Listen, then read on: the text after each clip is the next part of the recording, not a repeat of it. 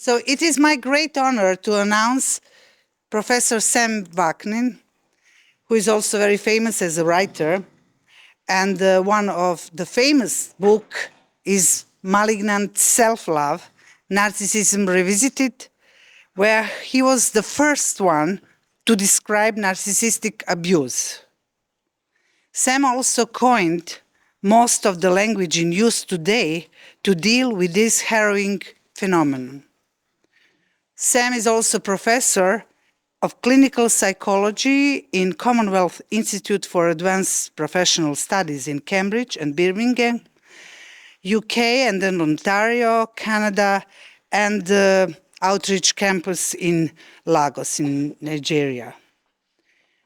He is also visited professor of psychology in the United-funded Southeast European University, and for 5 years he was visiting professor of psychology in Southern Federal University in Russia.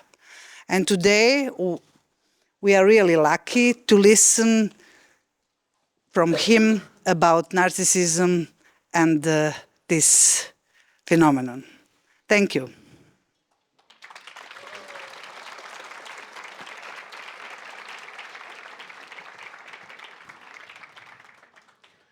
I'll give you one tip, free of charge. Never applaud until the end of the seminar.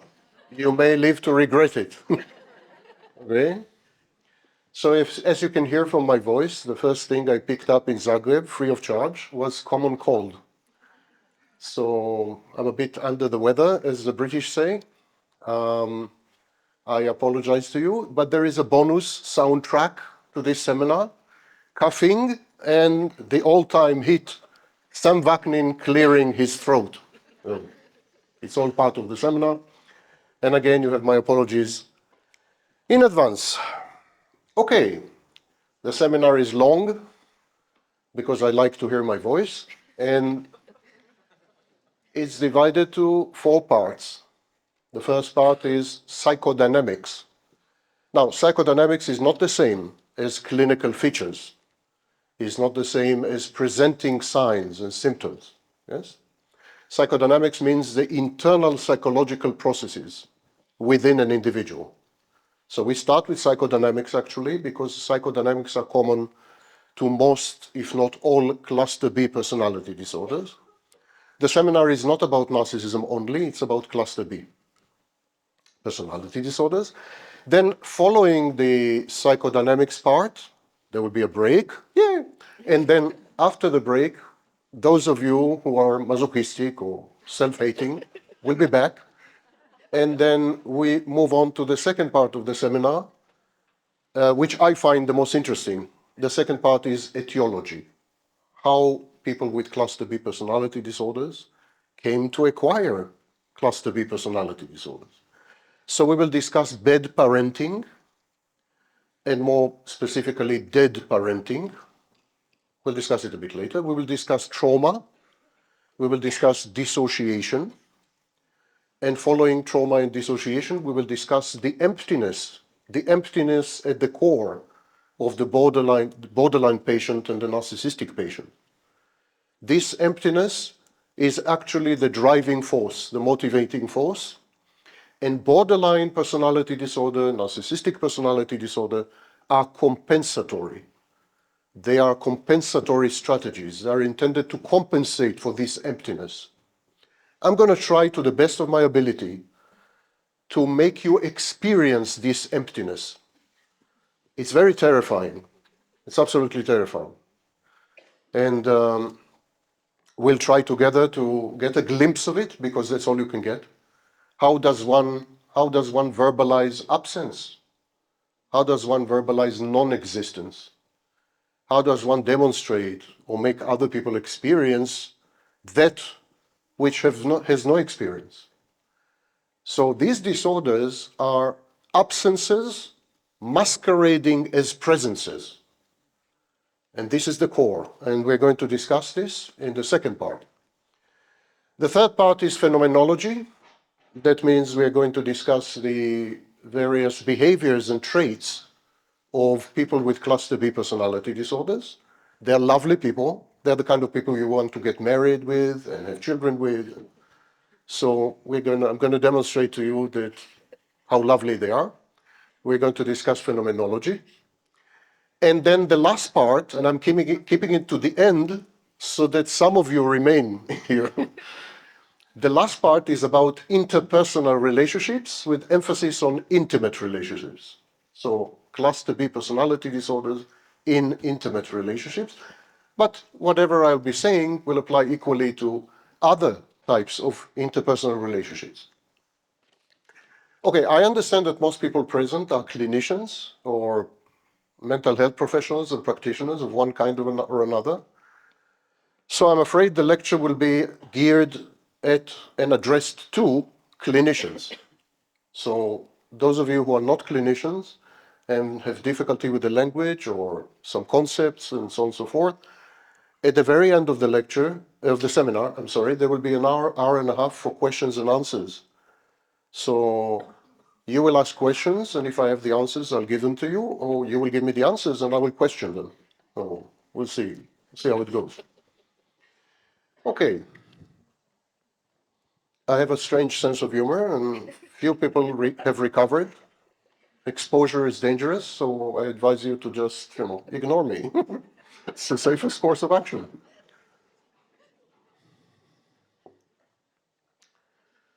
Before we start with the psychodynamics of cluster B personality disorders, and for those of you who are uninitiated, cluster B personality disorders is a group of personality disorders within the Diagnostic and Statistical Manual. The Diagnostic and Statistical Manual right now is at its 5th edition, text revision. It was published in 2022.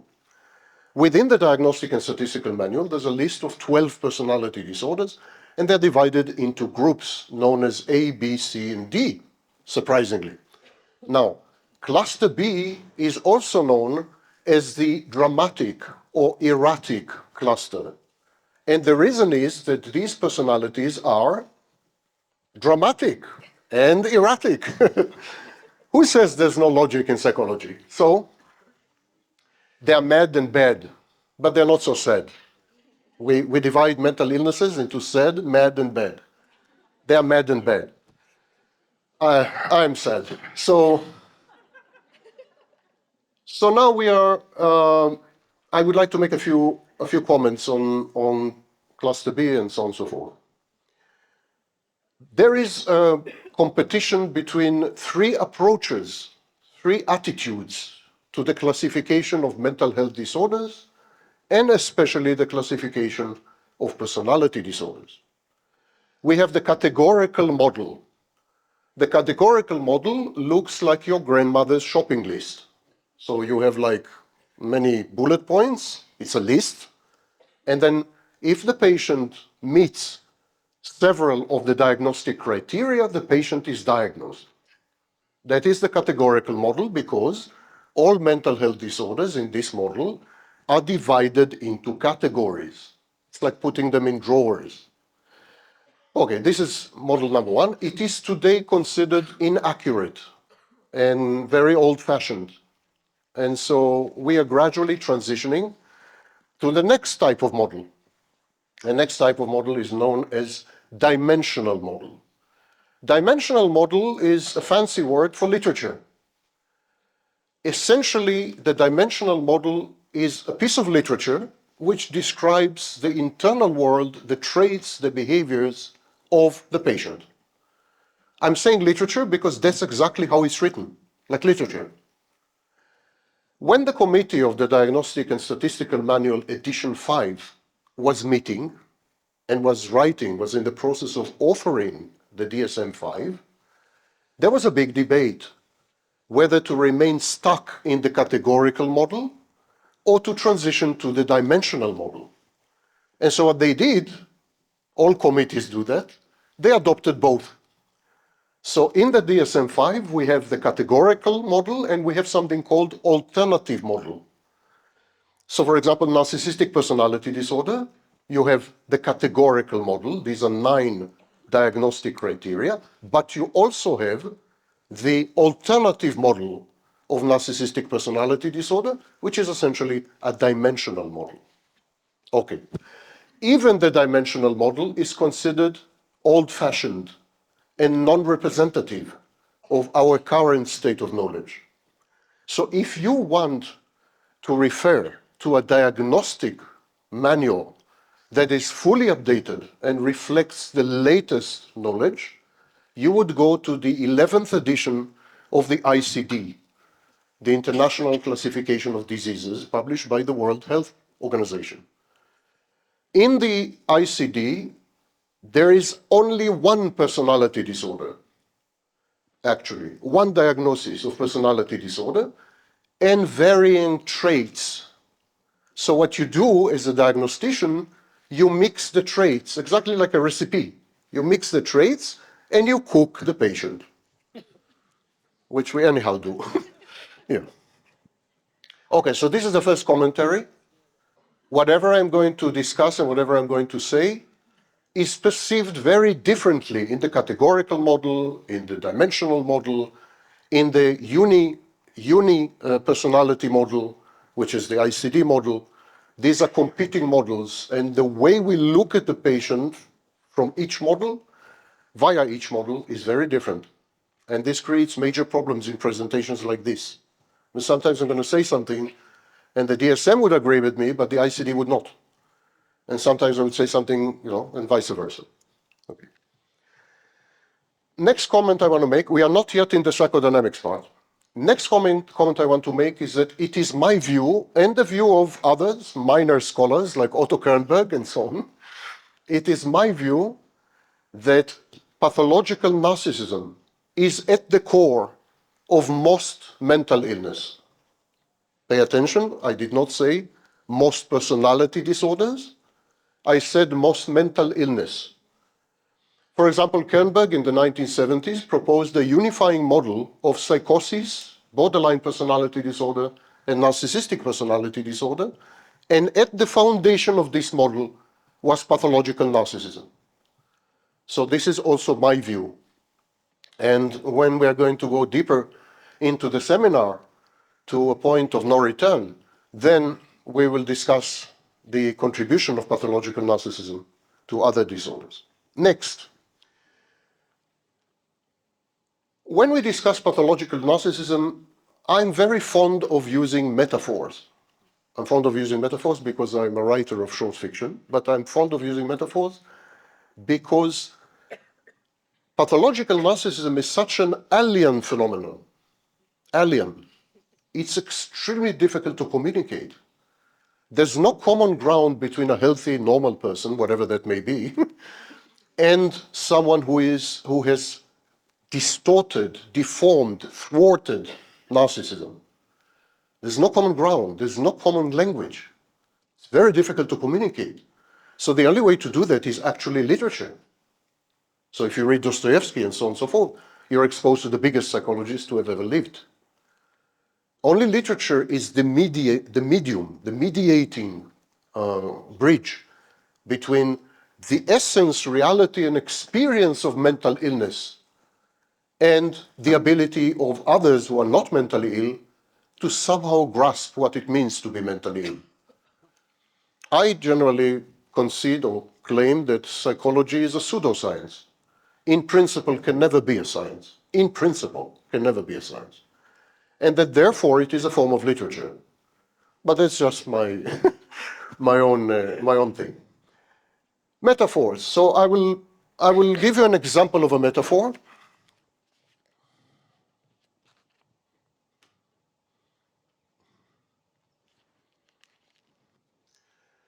We know that pathological narcissism starts to emerge in early childhood.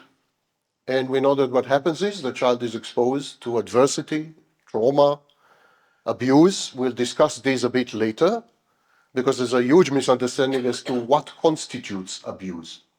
Many, many behaviors that do not appear to be abusive are actually very abusive. Okay, so the child is exposed to adversity of one kind or another.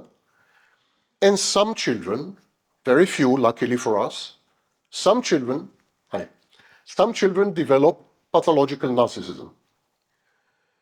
When the child develops pathological narcissism, the child creates an imaginary friend embedded in a fantasy world. The fantasy world is known as paracosm. The imaginary friend is known as the false self. The false self is everything the child is not. The child is powerless and helpless and terrified. The false self is all-powerful. The child cannot predict the behavior of adults because the adults are abusive and crazy-making. But the false self is all-knowing, omniscient. The false self is omnipotent. The false self is omniscient. The child is being told via the process of abuse and trauma, the child is being told that it is unlovable, that it is imperfect, that it is unworthy. And so the false self is exactly the opposite. The false self is a perfect entity. If we put all of this together, omniscient, omnipotent, perfect, what do we get? Yes, we get God, of course. The child invents God. So the metaphor I'm using when I try to explain pathological narcissism is that it is a private, primitive religion. Private, primitive religion invented by the child. Human beings have invented God and religion because they are terrified, essentially. It's a way to confront existential fear. Same with the child. The child faces existential fear. And so the child invents God. But it goes a bit further. When the child invents the false self, the child destroys its own true self. So the child has to choose between the true self and the false self, and the child chooses the false self. What does that remind you in ancient primitive religion? What is this? It's human sacrifice. So we have a religion with a god, which is essentially like the Moloch, and the child sacrifices itself to this god. There's human sacrifice here, and a new religion is born. So I'm giving you right now an example of a metaphor to pathological narcissism. Another metaphor would be a cult. There are cult dynamics in pathological narcissism. Another metaphor would be private language. Pathological narcissism is a form of private language. Now, if Wittgenstein was here, he would have disagreed with me because Wittgenstein said that language must be public. Language can never be private. I think Wittgenstein was wrong in this particular case, and I think pathological narcissism is a private language. But I will not go into all these metaphors. I just wanted to give you an example of how you could, through literature, the study of religion, the study of ancient cultures, the study of history, you could acquire clinical depth that would help you in your clinical practice. Now, who was the first to do that? Sigmund Freud, of course. Sigmund Freud introduced culture and archaeology and the study of civilization and so on into his clinical practice. Regardless of what you may think of Sigmund Freud, that was an interesting way to actually engage in attempted healing. So metaphors, as you will see during this seminar, would be important.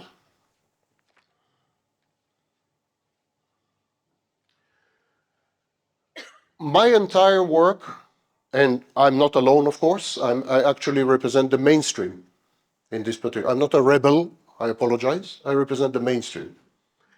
So my approach is that cluster B personality disorders are the outcomes of trauma. And I'm using a trauma model, which was first proposed by Colin Ross. So you may wish to read up on it. It's known as the trauma model of personality disorders. And I'm using this model. Finally, let me play the rebel card, because I don't want to disappoint you. I doubt I have my doubts whether personality disorders are actually clinical entities. In other words, I have my doubts whether personality disorders, and especially cluster B, are actually mental illnesses or mental health disorders. I have my strong doubts. One reason that I have these doubts is that the diagnostic definition of these disorders is relational. It's not about the individual, it's about what the individual does to other people, how the individual behaves in society, in some context, how the individual functions in a relationship, the effects of the individual in relationship to other people. For example, envy. You envy others, it's directional. Exactly like love. You love others. So the whole language which currently is used to describe cluster B personality disorders is relational. It involves other people. That's not the case with schizophrenia. It's not the case with psychotic disorders. It's not the case with bipolar disorder. These are clinical entities. These are mental illnesses. These are mental health problems. They're clear as tuberculosis, you know. But when you go to the description or diagnostic description of psychopathy, you come up with, it's a bad guy. He doesn't follow the rules. He's disobedient, he's defiant, he's reckless, you know, so. So it's a bad guy, don't get married with him. I mean, don't be his friend. It doesn't strike me as a mental illness at all, psychopathy. And indeed, when psychopathy was first described, which was well over 150 years ago, it was described as a disorder of character, or later, a social disorder, which indeed it is, but it's not a mental illness. Similarly, narcissists are, you know, obnoxious, loathsome, repulsive. I mean, these are narcissists. But does that amount to a mental illness? There is an open question here. Narcissists are a-holes, but does that make them mentally ill? My personal answer is yes, there is a mental illness there, but there is place for doubt. There is place for debate when it comes to cluster B personality disorders. Indeed, today when we reconceive of borderline personality disorder, we are beginning to realize that borderline personality disorder is an issue of emotional dysregulation, which is often the outcome of exposure to long-term stress and trauma. So we are beginning to conflate borderline personality disorder with complex trauma. People like Judith Herman, the mother of complex trauma, she suggests to eliminate altogether the diagnosis of borderline personality disorder and to call it emotional dysregulation, or CPTSD. And the ICD-11 accepted part of this position. Indeed, when people were writing the DSM-5, they wanted to take out narcissistic personality disorder. They wanted to eliminate it, and histrionic. And there were even debates about psychopathy or antisocial personality disorder. So bear in mind, the entities we are discussing, the ostensibly clinical entities we are discussing are a little like dragons, you know? You know the ancient maps? When they didn't know some parts of the map, they didn't know what's happening there, they wrote, "Here be dragons." So this is more or less the DSM. Here be dragons. You know? So these are the initial comments. And I want to read to you a quote, a short quote, and then we go into the psychodynamics. The quote was written by Hazen and McFarland in 2010. So here's what they say. When alarmed, the child seeks proximity to a caregiver, a safe base. Today we don't use the term safe base, we use the term secure base. But proximity to a frightening caregiver only increases the alarm. And the child then attaches to an imaginary caregiver, the false self, which is godlike. That's the foundation of the entire seminar. Thank you very much for coming. If you have any questions. Oh. Okay. Before we go into the psychodynamics, and I know I've said it already 6 times, before we go to the psychodynamics, some of you may ask, what about genetics? What about brain abnormalities? You know, we are now medicalizing psychology. Psychologists want to think, when they grow up, they want to be medical doctors. You know? So we are medicalizing psychology. Some of us are even wearing white robes, and, you know. And so we are beginning to convert psychology into a branch of neuroscience, in effect, not psychiatry. Psychiatry has to do mainly with psychopharmacology, with medication. But we are beginning to unify psychology and neuroscience, attempting to find a brain template, a cerebral, neurological, biological template for all the phenomena that hitherto we called psychological phenomena. Okay? So, what about cluster B? Gesundheit. That was my part. I'm supposed to sneeze. I have common cold. So, we know that in borderline personality disorder, there is a hereditary component. We know that genetics plays a part in borderline personality disorder. If you have a first-degree relative with borderline personality disorder, you are 5 times as likely to have borderline personality disorder as the average population. We know that in psychopathy, there are brain abnormalities, massive. The brain of the psychopath is immediately distinguishable and has very little in common with a normal, healthy brain. So we have problems with the amygdala, we have white matter discrepancies, we have problems with the hippocampus, every part of the brain is affected in psychopathy. And the physiology of the psychopath's body is different.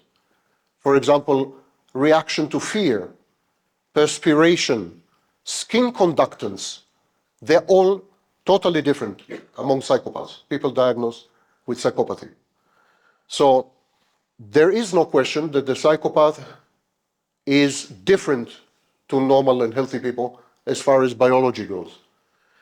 Same with the borderline. We're beginning to realize that the borderline's brain is different to the normal healthy brain.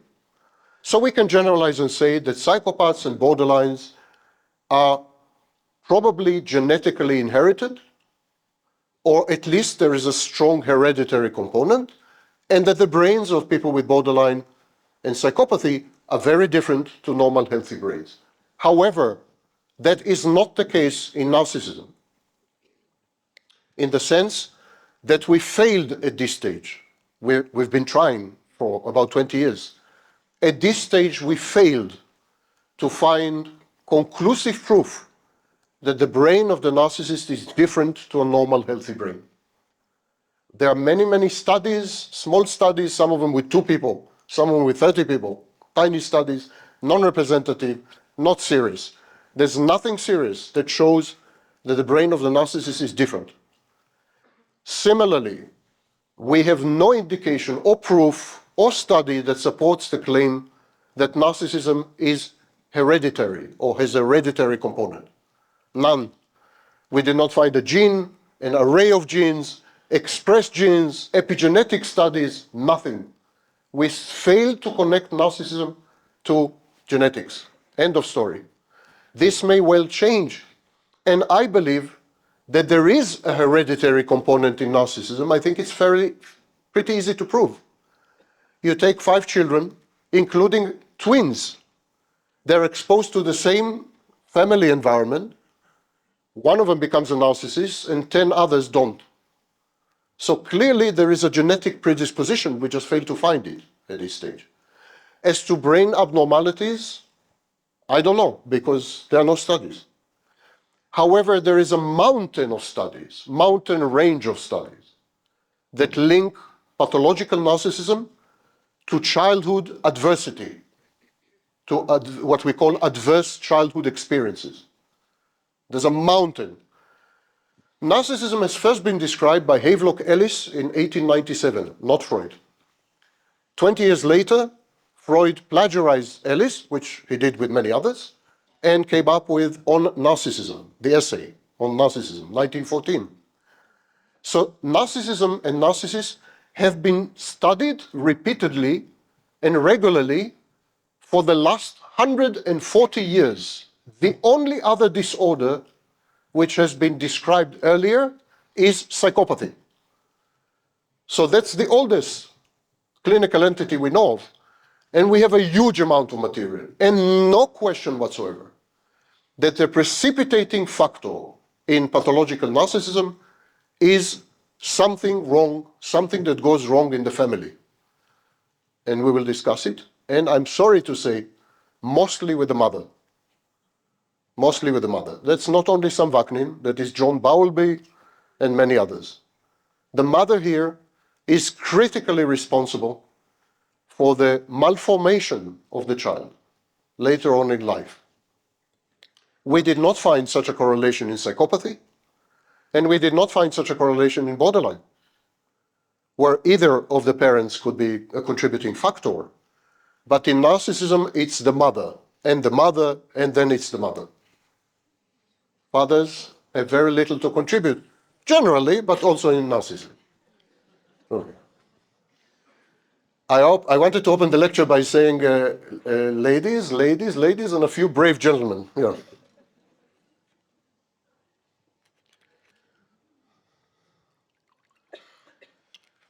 I'm sorry, my voice is under attack.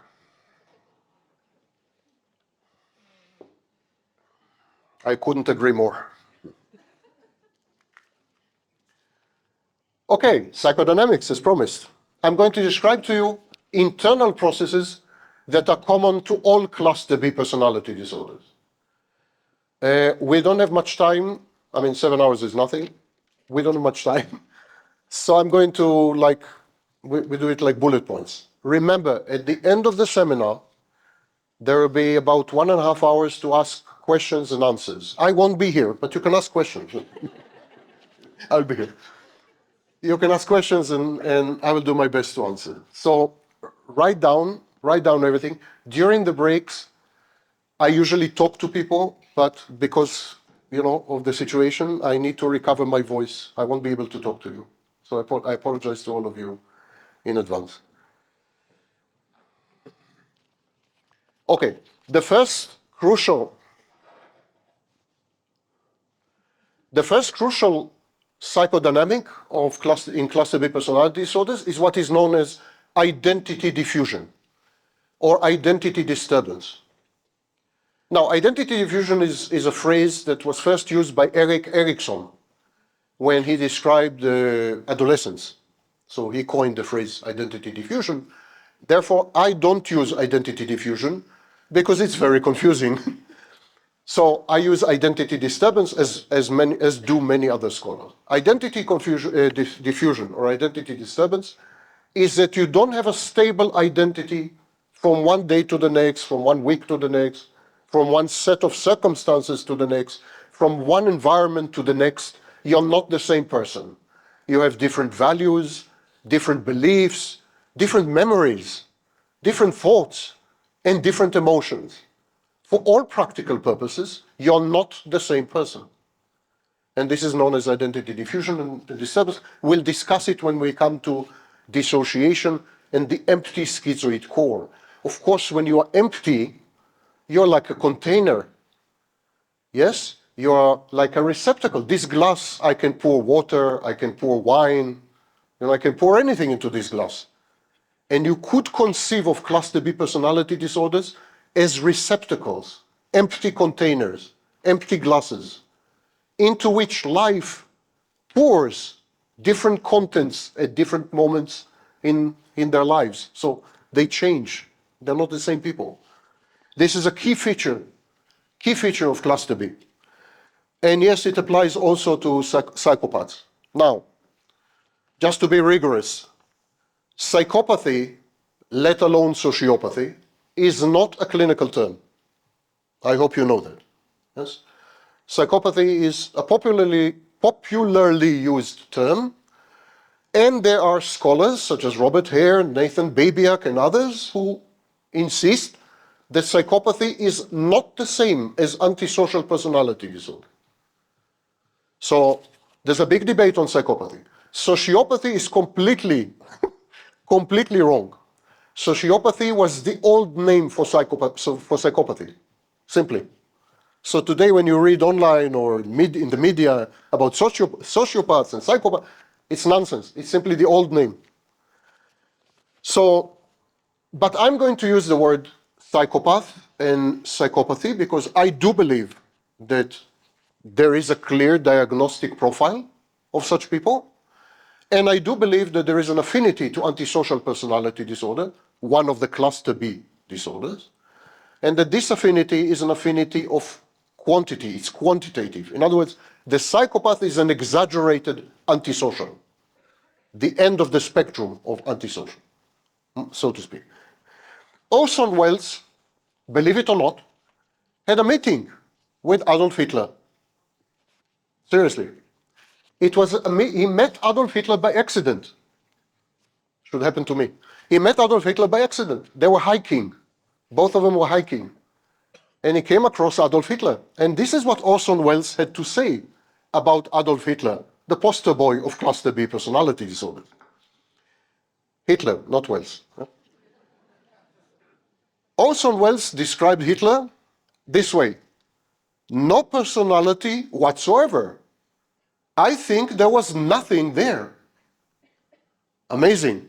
Very perceptive, because he met him only for a few minutes. And that's exactly the core psychodynamic of cluster B personality disorders. Absence, emptiness, black hole, big void. We'll come to it in great detail later in the seminar. Next, external locus of control. And alloplastic defenses, I will explain it briefly. External locus of control is the belief or the conviction or the theory or the narrative that your life is controlled from the outside, not from the inside. You're not in charge of your life. Other people, institutions, circumstances, history, they control you from the outside. So external locus of control, and of course, in this case, whatever happens in your life, all your failures, all your mistakes, everything is not your fault. It's not your fault. You're controlled from the outside, so you're not responsible, you're not guilty. This is known as alloplastic defense. Alloplastic defense is blaming other people or blaming the outside world for whatever is happening, whatever wrong goes in your life. Your life is not going as you think it should, not my fault. It's my boss. It's my long-suffering wife. It's Lydia. So, not my fault. This is alloplastic defense. Of course, in other mental health disorders, we have autoplastic defenses. Autoplastic defense, it's all my fault. I am guilty. I'm responsible. I made it happen. You heard of people pleasers? People pleasing? So people pleasers have autoplastic defense. If someone is unhappy around me, it's because of me. Children have autoplastic defenses. If mommy and daddy are fighting, it's because of me. If they're divorcing, it's because of me. This is autoplastic defense. Cluster B have exactly the opposite. Everyone else is guilty. Everyone else is to blame. Everyone else is responsible, except the cluster B patient. Next, all cluster B personalities are very confusing. And they're very confusing because they have prosocial, communal variants. So, classical cluster B cases are antisocial. They're antisocial. Or asocial. They're schizoid. But they somehow either avoid society or act against society. But in all cluster B personality disorders, you have prosocial variants, communal variants. These are people with cluster B personality disorders who are actually super moral, hyper social. So they could be social activists, they could be gurus, they could be professors of psychology. They could never be professors of psychology. Never ever. But you get the picture. These are people whose grandiosity is, I am more moral than you, I'm holier than thou. Their grandiosity is, I'm charitable, I'm altruistic, I'm helping people, I'm all for justice. Indeed, in the past 4 years, starting in Israel of all places, there have been studies which demonstrated that social justice movements, including Me Too, Black Lives Matter, have been infiltrated and hijacked by narcissists and psychopaths. You have the studies by Gabay, Gabbay, in Israel, 4 studies, that demonstrated that some people have a victimhood identity. And this victimhood identity renders them narcissistic. They become entitled. They become aggressive. And then they form activism or social justice movements. And so there's a lot of what is known as virtue signaling. Virtue signaling is, look at me. I'm so moral. I'm so nice. I'm so kind. I'm so altruistic. No one is like me. And this is, of course, narcissism. Yeah? So it's very confusing because you could see someone who is really helpful and loving and kind and charitable and so on, but actually is doing it in order to obtain supply, narcissistic supply, attention, admiration, and so on. So these are the prosocial communal variants. The next point is very, very important and a bit difficult to understand. Where to start? Let's start with psychotics. People with psychotic disorders.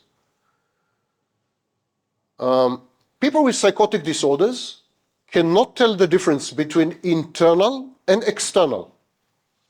Right? They have a voice. There's a voice talking in their minds. And they say, no, the voice is not in my mind. The voice is coming from there. They have an image. And then they say, there's the image. It's going to attack me. And they react. They have reactivity, which reflects this counterfactual perception. So what is happening with the psychotic? The psychotic projects the inner world outwardly. The psychotic confuses internal and external. Actually, what happens is the psychotic consumes the world, becomes the world. This has a name. This is a clinical name. It's called hyperreflexivity. So, psychotics have hyperreflexivity. I mention psychosis because in cluster B, there is hyperreflexivity, but of exactly the opposite kind. Whereas the psychotic confuses internal objects with external objects, cluster B confuses external objects with internal objects. Reverse psychosis, mirror psychosis, if you wish, but still psychosis. Otto Kernberg, which I mentioned before, and others, equated narcissism and borderline, pathological narcissism and borderline, they equated it with psychosis. Why the word borderline? Where does the word borderline? What's the border? It's the border between neurosis and psychosis. Borderline between neurosis and psychosis. In other words, the borderline patient is pseudo-psychotic. Same with the narcissist. The narcissist is pseudo-psychotic. In which sense? They think that external objects are actually internal. Objects in some schools in psychology, objects means people. So we have object relations, yeah? They mean people. Narcissists, borderlines, and psychopaths confuse external people with internal objects. In other words, they perceive you, when a narcissist looks at you, a borderline looks at you, a psychopath looks at you, they perceive you not as external, not as out there, not as separate, not as autonomous, not as independent. They perceive you as internal. They perceive you as avatars, some kind of representation. And so they treat you as if you were extensions of themselves, as if you were parts, elements in their mind, not really out there. We'll discuss it a bit later. This has shocking consequences. This inability to tell external from internal has shocking consequences, including in clinical setting with a therapist. Of course, everything I'm describing applies to interpersonal relationships, but also to therapy. In therapy, we actually recreate many of these dynamics. There's a process of transference, and we recreate many of these dynamics. And the therapist must understand that he or she is perceived as an internal representation, or what we call in object relations internal object, not as anything external. Because the therapist is internal, the therapist is controlled. It's controlled, it's manipulated. It's subject to the patient's agenda. It's an extension, it's a tool, it's an instrument. And whenever the therapist deviates or diverges from this perception, misperception, that creates aggression, including in clinical settings. And the aggression has many forms. We'll discuss all this a bit later. Okay, next.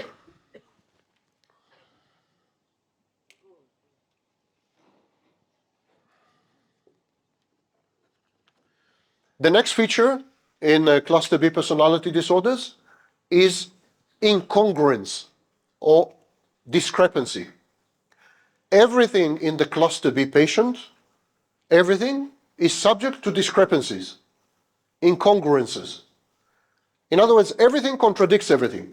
It's like the patient is comprised or composed of mutually exclusive modules, like the modules don't fit together. I'll give you one example for you to understand. The clinical term is ego incongruence, or ego discrepancy. I'll give you an example, and you will immediately understand what I'm saying. And even if you don't immediately understand, pretend that you immediately understand. Okay. Otherwise, I'll become aggressive. My internal objects. So, I'll give you an example. The narcissist, pathological narcissism, narcissistic personality disorder, is a cluster B. So, the narcissist, there is a discrepancy between implicit self-esteem and explicit self-esteem. Internally, the narcissist's self-esteem is low. The implicit self-esteem is low. But the narcissist projects overconfidence, very high self-esteem. So we see a discrepancy, an incongruence between internal reality and external reality. This is one example. Literally everything you can think of, every dimension, everything to do with personality, every trait, domain, everything is discrepant. So of course, these people are tortured. These discrepancies, these incongruences, don't allow them to develop what we call core identity. They don't have a continuous identity because the parts keep fighting. So it's a state of inner conflict, permanent inner conflict. Okay. Next.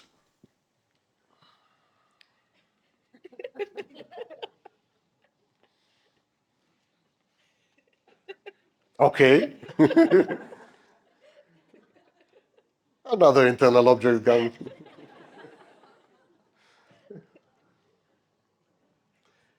Okay. Next psychodynamic feature is compensation. In all cluster B personality disorder, there are compensatory mechanisms. Because there is incongruence, because there is inconsistency, because there is discrepancy, because there's internal fighting going on all the time, there is a compensatory mechanism. We will see that in each disorder, the compensatory mechanism is different. For example, borderline personality disorder and narcissistic personality disorder, they have a false self, both of them. But it's not the same false self, different functions. The narcissist and the borderline have a shared fantasy. They have a fantasy defense, but it's not the same fantasy. So compensation is universal. The content of the compensation is highly specific to the disorder and to some extent idiosyncratic to the individual. And we'll discuss fantasy defense and so on a bit further.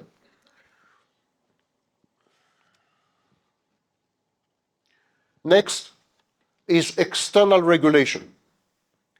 Normal, healthy people, this mythological creature, regulate internally. In other words, they have internal self-regulation. We're not going right now into the dynamics of self-regulation, why we develop self-regulation. It's pretty interesting. And how self-regulation drives us away from reality. It's a counterfactual mechanism.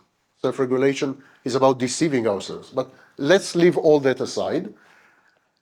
And I will just mention that people with cluster B personality disorders cannot regulate internally.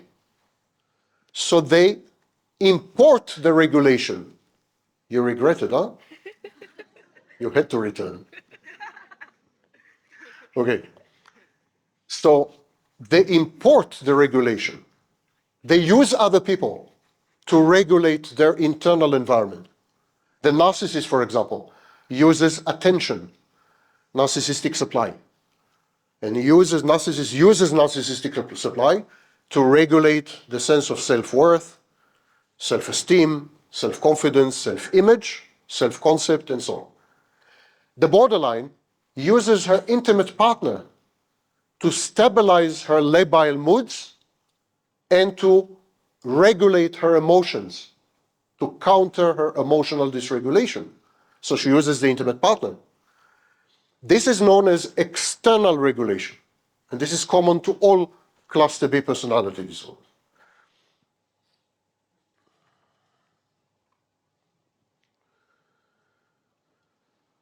You remember that I told you that the common background to cluster B personality disorders is bad parenting, dissociation, trauma, and so on, regardless of the genetic predisposition. The genetic predisposition is there, but if it is triggered or not depends on the environment. So the environment has to be highly specific, adverse. We call it adverse environment.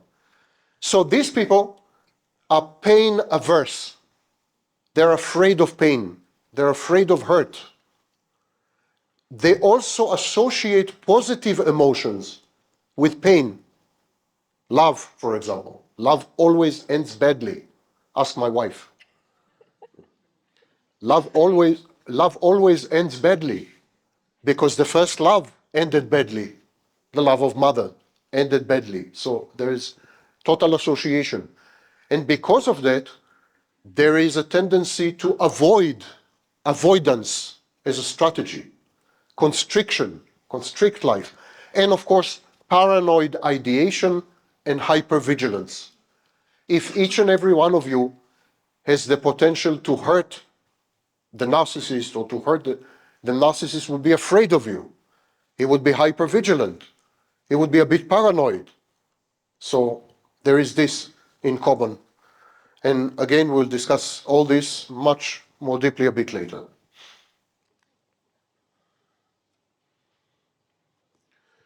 Primitive defenses. The concept of psychological defense mechanisms was first proposed by Sigmund Freud, but he didn't elaborate on it. His daughter, Anna Freud, actually is the mastermind of psychological defense mechanisms. They're interesting constructs, interesting ideas. I'm not sure how valid they are, but at any rate, we distinguish between primitive defense mechanisms and adult defense mechanisms. Primitive defenses or infantile defenses are common in very early childhood, and they include splitting, projection, and so on and so forth. Cluster B personality disorders use only primitive defenses. They do not use adult defenses. So cluster B personality disorders clinically are infantile. It's a case of, if you wish, arrested development, but we'll discuss it a bit later. The perception of time in cluster B is very different. These people don't perceive time the way you perceive time. And I will discuss it a bit later. Because they perceive time differently, they live in fantasy. Yes? So within the fantasy has its own clock, its own time. So they are divorced from you, even if you live together, cohabit, family or whatever, they're divorced from you as far as time goes. They misperceive time, and they have a totally different interpretation of time. This is called time fluidity. It was described by me, and then 2 decades later by Kernberg as well.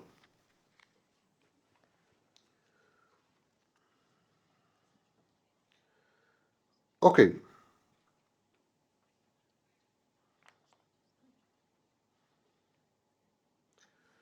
One or two more and I'll give you a break. Okay? Because I'm a nice pro-social guy.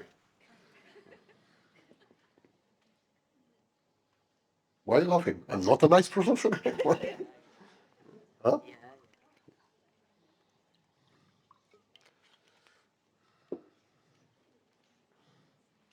All these disorders have what is known as separation insecurity. Separation insecurity is the clinical term for what is colloquially known as abandonment anxiety. They're all terrified of abandonment, one way or another. And they use control mechanisms to prevent abandonment. The narcissist control mechanism, he converts you into an internal object. When you become an internal object, you cannot abandon the narcissist because you're internal. That's a way of coping with separation insecurity. The psychopath's way is coercive control, actual control, micromanaging your life, using aggression and sometimes violence to modify your behavior. That's a psychopath's way. And so on. Each cluster B personality disorder has his or her own way to avoid separation insecurity. And that is because these people have what is known as object inconstancy. Object inconstancy is the inability to visualize a person who is not physically present. So, person with object inconstancy is a person who cannot continue an interaction with another person when that person is not physically present. And there is something which I coined, which I was the first to describe, introject inconstancy. Introject inconstancy is when you are not able to create a representation of another person in your mind. And so when that person is absent, there's no equivalent in your mind to that person. We'll discuss all this a bit later.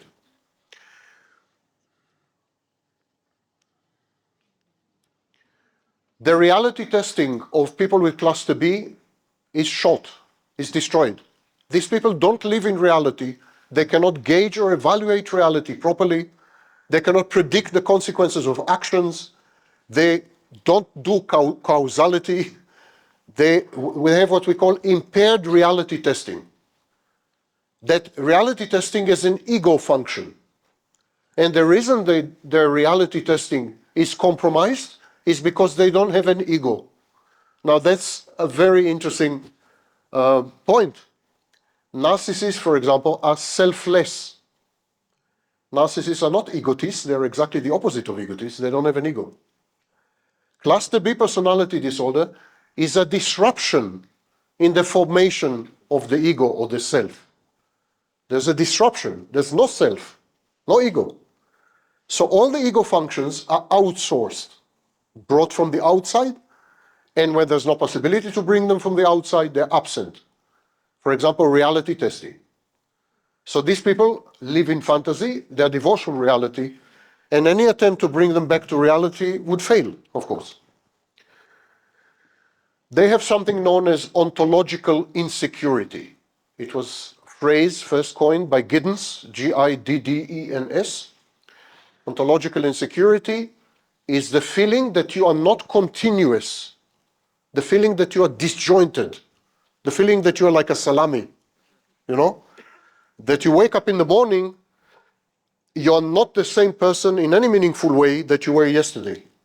You are starting from zero, time and again, like an infinite loop. So this is ontological insecurity. You're beginning to see, I hope, and you're just beginning. Wait until we get to the part with the bad parenting, and this is totally alien. It's Martian psychology. You're beginning to see how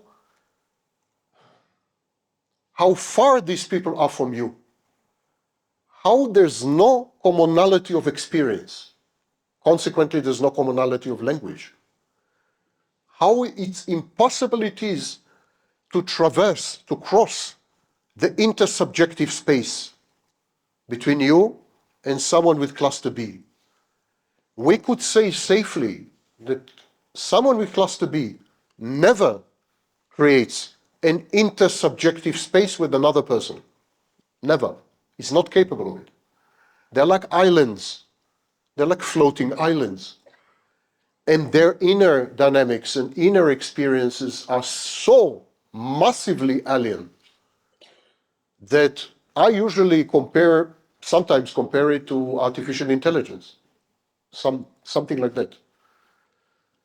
It's not a question of dehumanizing them. But I think to be human, there are minimum requirements, to be human.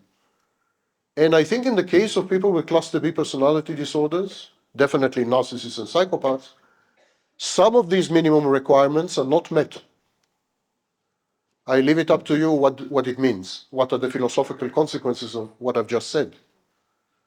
But if you lack empathy, or affective empathy, if you lack access to positive emotions, if you have no access to reality, or no way to gauge or evaluate reality properly, if your identity changes day by day, I don't know. I think these are the minimum requirements, and they're missing.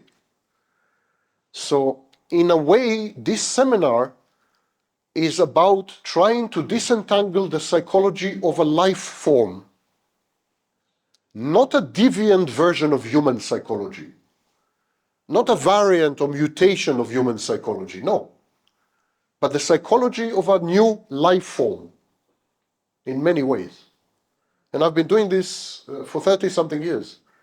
And the more I study, the more I learn, the more astounded I am by how extremely bizarre cluster B personality disorders are. The bizarreness of it all. The surrealistic quality. The nightmarish environment which constitutes the inner world of these people. And how their interactions with the outside are dictated by these completely outlandish processes inside. It's very, very difficult to communicate, and I hope that by the end of the seminar you will get a taste of it or a glimpse of it. It's extremely difficult to communicate. We'll now take a break, and then when we come back, we will begin to discuss trauma, dissociation, bad parenting, and what it does to the child. Okay?